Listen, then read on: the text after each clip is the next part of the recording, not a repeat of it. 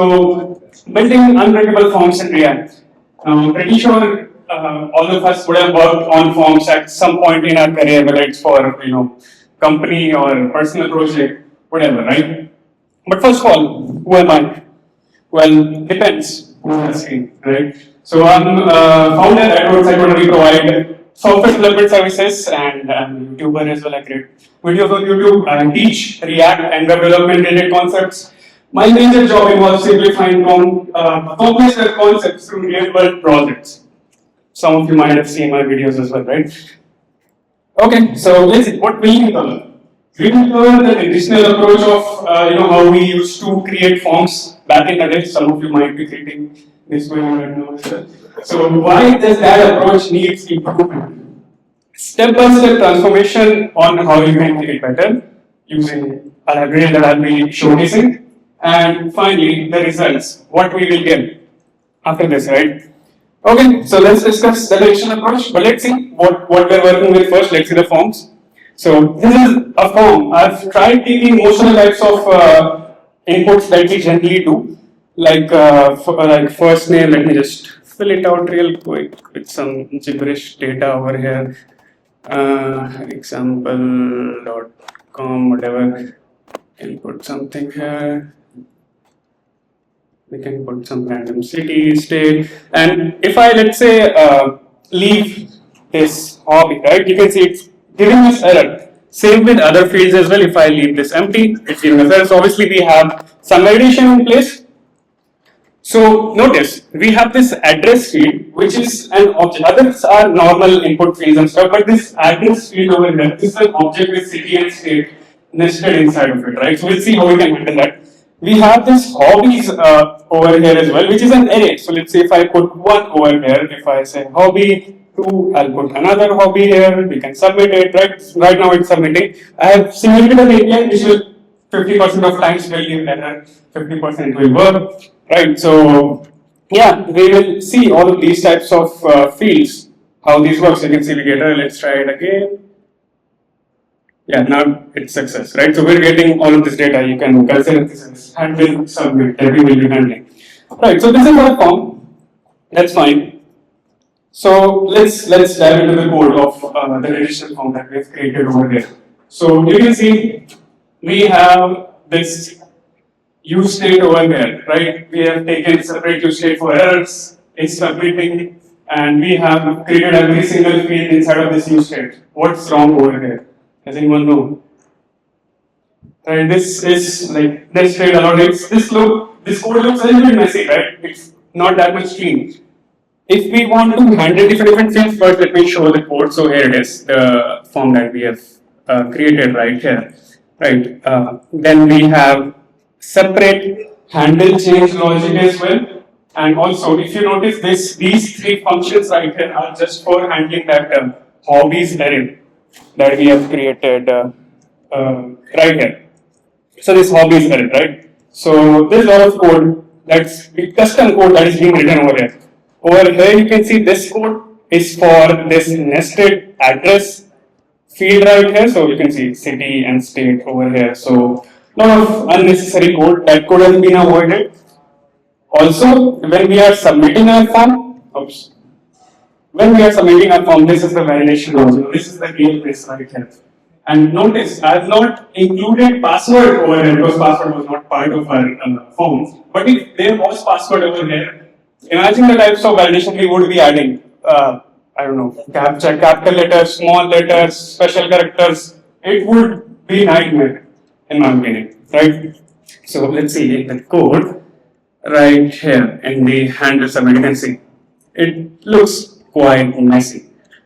So what's the solution? Now there are a lot of form libraries available out there, a lot of validation libraries available out there as well. But my personal favorite, and I think a lot of you might be working with that as well, is React Hook Form along with Zod validation library. Now Zod helps us to create structure of our forms, right? Like to define different fields, what they will accept, what error we need to throw if things doesn't work in our favor, React form, it takes that information about the schema and it controls our form basically, you can say. Right? It provides us with a very powerful hook, which we will see in just a moment.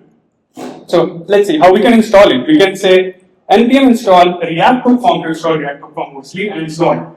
Right? And this hook form slash resolver helps us connect both of those things with each other in our code. Let's see. So first of all, let's talk about zone. How do we define a form scheme? Right? So we can just say first name, last name, email, age, whatever, all of those things, and right away we can define the validations as well, like what we are expecting from it. Z over here comes from sort, so z dot string, and dot means we are expecting minimum one character to be entered over here, otherwise it will be an error. First name is required. Same for last name. For email we have dot email. For age we have z dot number, and we can also write custom validation logic over here as well, like if for any reason, like if there's some server-side validation that you want to do for these fields, and you can use dot define function over here. Also, one thing that you might have noticed, we are auto-generating TypeScript types over here. In our older form, if I show you, in this form over here, we have taken these types separately. So, this form data, you can see we have a complete separate types file right here. But in this case, we are generating these TypeScript types right out of the box from the schema, our form schema, right? Okay. So this is the hook that I was talking about earlier, which comes from React form. So use form hook, right? And we are providing it with this form data TypeScript types. And it's taking this resolver over here, if you notice. This comes from React, that hook form slash resolver, Zord resolver, and we are providing this with this form schema over here. Right. So this use form is the main character of our story, what you can say. It provides us with a bunch of different things which helps us connect to our form and manage errors, loading and stuff, right? And also, you can also define default values of your form that it will render with, just like we did with use state, right? So if I show you, right here, you can see these are the default values that we are defining over here, and we are providing with this form schema right here, right? Something like this. So this is very powerful. So it provides us with these functions right here: register, handle, submit, and this register is, I would say, ultimately most important, because it connects to our inputs inside of our form. So let's see them one by one. First of all, register. So how does register work? If we have an input field, we can just spread register and we can provide the name of that field that we had taken right over here in the form schema. You can see first name, last name, email. If you go on over here and register, let me show you, it will just give you the suggestions right away. So over here, if I say control space, see, it gives us all of these suggestions. And notice, we have taken this address as well over here, that nested field, right? So it's giving us for both of them separately, like for city and state as well. Okay. Yes, it handles select, it handles checkbox, all of these things flawlessly. But there's one problem. What if we have a field which looks something like this, a date picker, external input field, right? You guys might have used Shaxi UI, Material UI, numerous types of component libraries, right? So since they are not native to the HTML, so the register won't really work on a lot of these fields. So for that, we have a controller component which comes from React form. Let's see. So this controller right here. So this controller component, it takes something called as control, and this control also comes from use form. So control basically means if you want to control some input field, right? So it's basically providing React form the access to that particular field that we are trying to access. So which in this case is this, and obviously you can define the name over here. Again, we have a lot of such suggestions over here. And finally, inside the render, you can render that component. Now, for different types of field, there can be a different way that they can change, like on change or show the value on select or value, right? So for that, it provides us with this field right here. And on change, we can just take whatever value that's being provided to us from that component, and we can just say field.onChange and provide it, and this will just update it in React form and our final values. Okay, so yeah, that's controller for you. And I would highly recommend you guys to go and check out their documentation. You can learn much more about controller and a lot of components, such like similar to this as well. Okay, let's talk about that hobbies that you might remember, right? So, how do we handle hobbies, Eric, when it comes to React form? So, this thing right here. So, I have 1 second. Yes, so I've taken both old and new side by side. So, this hobbies array looks exactly the same, but notice the code that our code will look like now. So over here, hobbies. So we have something called as use field array, which comes from React form, which helps us handle these types of fields, right? And we can just simply provide the control that we talked about earlier. So control and the name of that field, which is hobbies in this case, right? And it provides us things like fields. So fields is basically an array of all of the values that are going to be inside of it. Append is like this thing that we have written over here.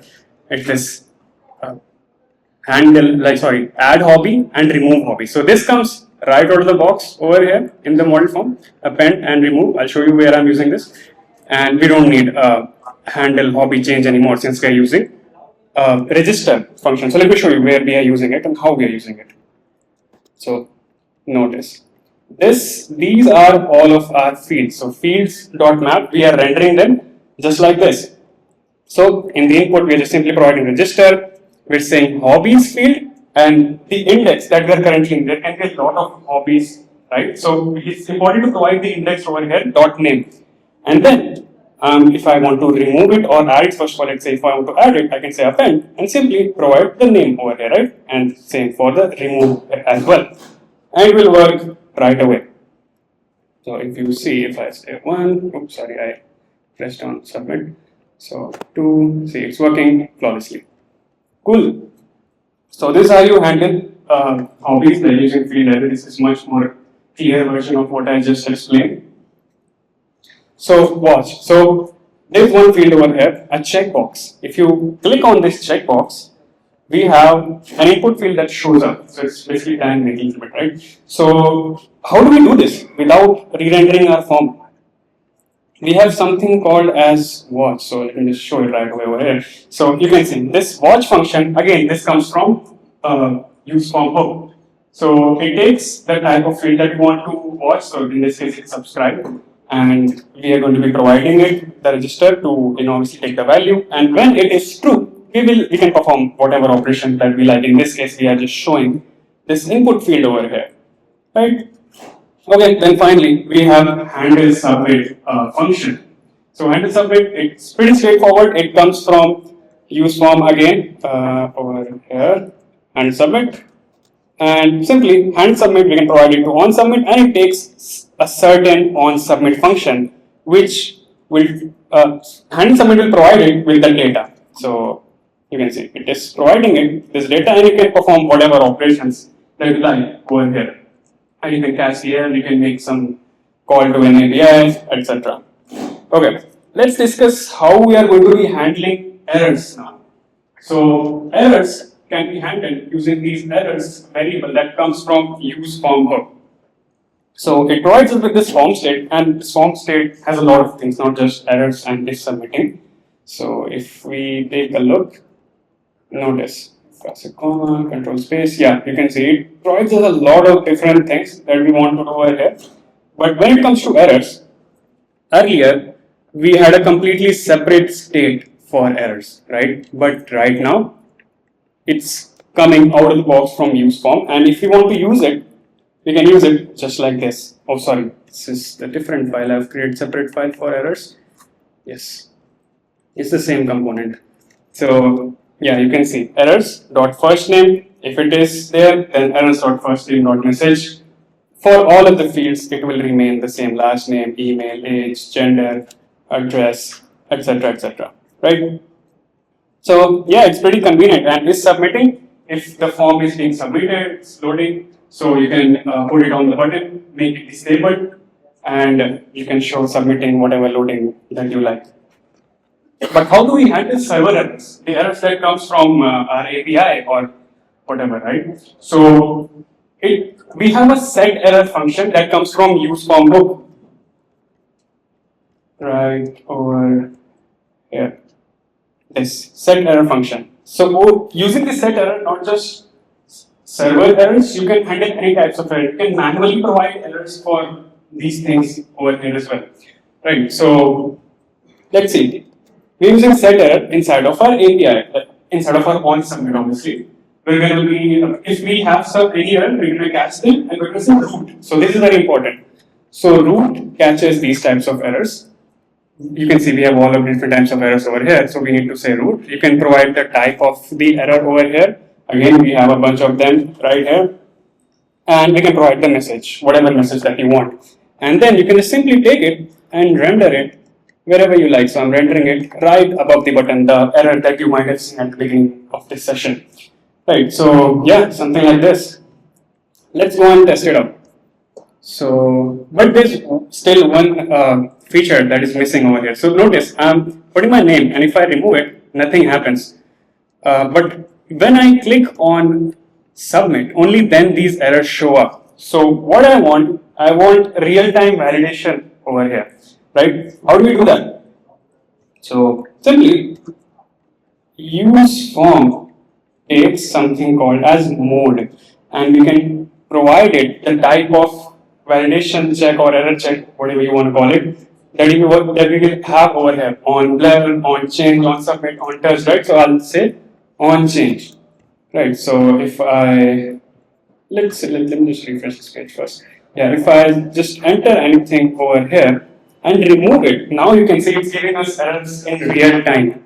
Same with email as well. It's giving all of these errors in real time, so super convenient.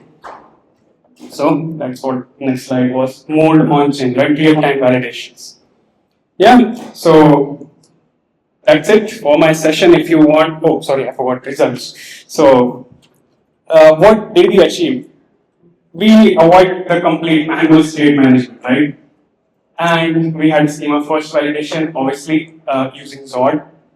Handles complex data structures like, not complex, I mean, like it can sort of complex arrays and nested objects and stuff. Dynamic arrays can be done by using use field array, auto-generated TypeScript types, obviously using the Zord schema, and the centralized error handling that I showed you.